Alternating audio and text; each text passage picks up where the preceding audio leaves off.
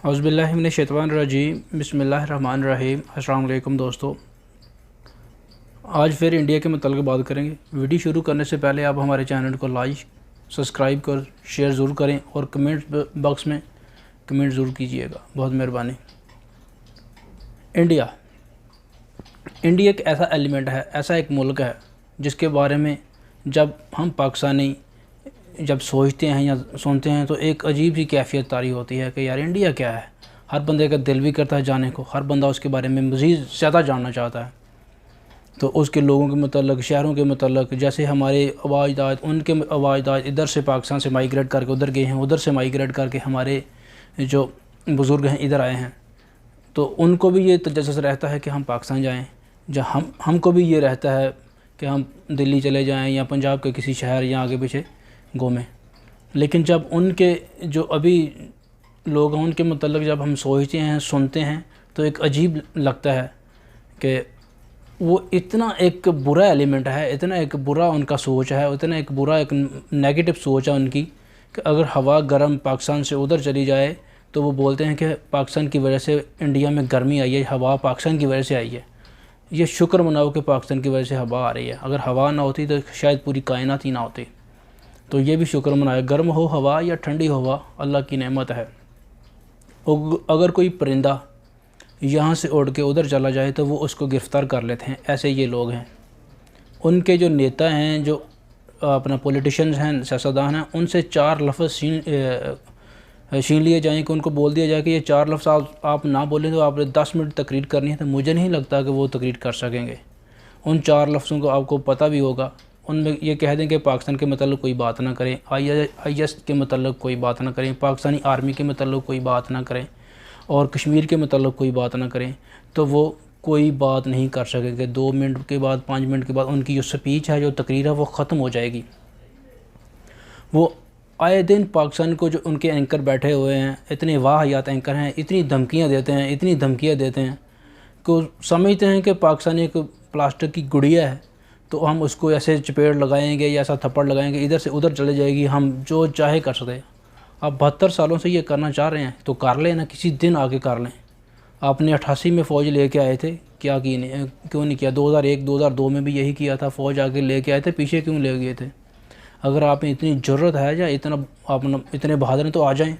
मुझे एक और दरख्वास्त करनी है इंडियन लोगों से, या इंडियन जो हीरो बनते हैं, जो बड़े सेलिब्रिटीज़ जिसको बोलते हैं, उनको चाहिए कि वो जो पाकिस्तान के ख़िलाफ़ फ़िल्में बनाते हैं, उनको चाहिए कि उनको बॉर्डर पे भेजें। वो एक टाइम पे हज़ार पाकिस्तानी को कत्ल करते हैं, पाकिस्तानी आर्मी को कत्ल करते हैं, उनको भेज दें। बाकी जो पाकिस्तानी आर्मी है उनको छुट्टी दे दें। अक्षय कुमार को भेज दें, सनी देओल को भेज दें, सुनील शेट्टी को भेज दें, तो भेज देना उनको। बाकी जो आर्मी के जो इतना बड़ा आपने प्रेशर लिया उनकी तनख्वाहों का, उनका लॉन्स वगैरह का, उनको छोड़ दें। एक बंदा ही रख लेना। इतनी बड़ी फिल्में बनाते हैं, इतनी बड़ी बिल्डिंगों में शाल लगाते हैं और एक टाइम पे 1000 पाकिस्तानी फ़ौजी को कत्ल करते हैं। इतने बहादुर आपके जो हीरो हैं तो उनको आगे भेजें, उनको घर में ना रखें। बहादुर लोगों को लोग शो करते हैं, मैदान में भेजते हैं।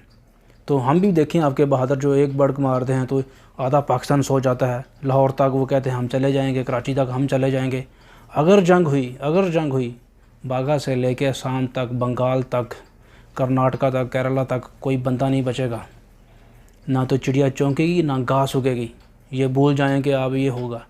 जंग हुई, खुदा करे जंग ना हो, अगर जंग हुई तो ये दुनिया की आखिरी और वह जंग होगी जिसमें ये एक मुल्क तो बिल्कुल ही सफाकती से मिट जाएगा।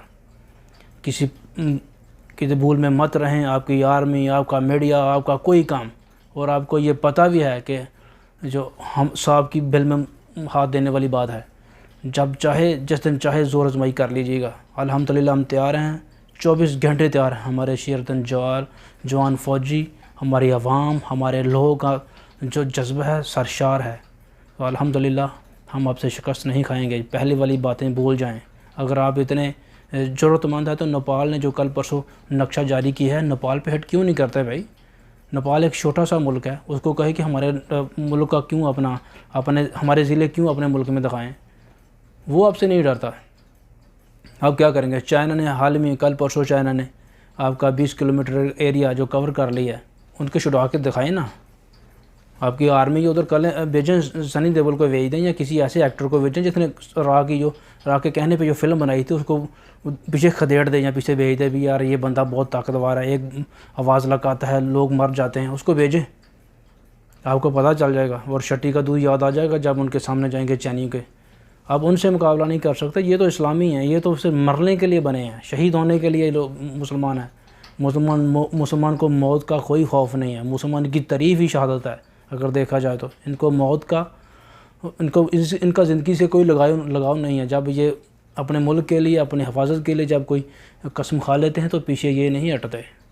इनको दाल मिले ना मिले, इनको रोटी मिले ना मिले, ये पानी घास फूस खा के गुजारा कर लेते हैं, लेकिन अपने दुश्मन को जब झपटते हैं तो पूरा। किसी गलतफहमी या किसी सोच में मत रहें कि हम ये कर देंगे वो कर देंगे। आप तो इतने हैं, हवाएं चली जाएं पाकिस्तान का कसूर, गवारा चले जाए पाकिस्तान का कसूर, आप मैच हार जाएं तो पाकिस्तान का वो बुरा भला कहना शुरू करें पाकिस्तान की साजिश है। इलेक्शन में आप हार जाएं या इलेक्शन जीत जाएं तो पाकिस्तान का कसूर है। कोई उधर को आपका नेता या आपका सियासतदान को बयान दे दे इसको पाकिस्तान ने पैसे दे दिए, कोई लड़का को अच्छी पोस्ट ज़ाहिर कर दे, किसी लाइक कर दे पाकिस्तान की, उसको पाकिस्तान ये ISIS का एजेंट है, पाकिस्तान एजेंसी का एजेंट है। इसमें पाकिस्तान में हज़ारों लोग ऐसे हैं, लेकिन ऐसा तो कुछ भी नहीं है। लेकिन ये मत भूलें, तो आपका मुकाबला एक ज़िंदा दिल कौम से है, एक बहादुर कौम से है अल्हम्दुलिल्लाह। तो बात करने से पहले सोच लिया करें, तोल लिया करें, फिर बोला करें। ओके, अल्लाह हाफ़िज़, थैंक यू।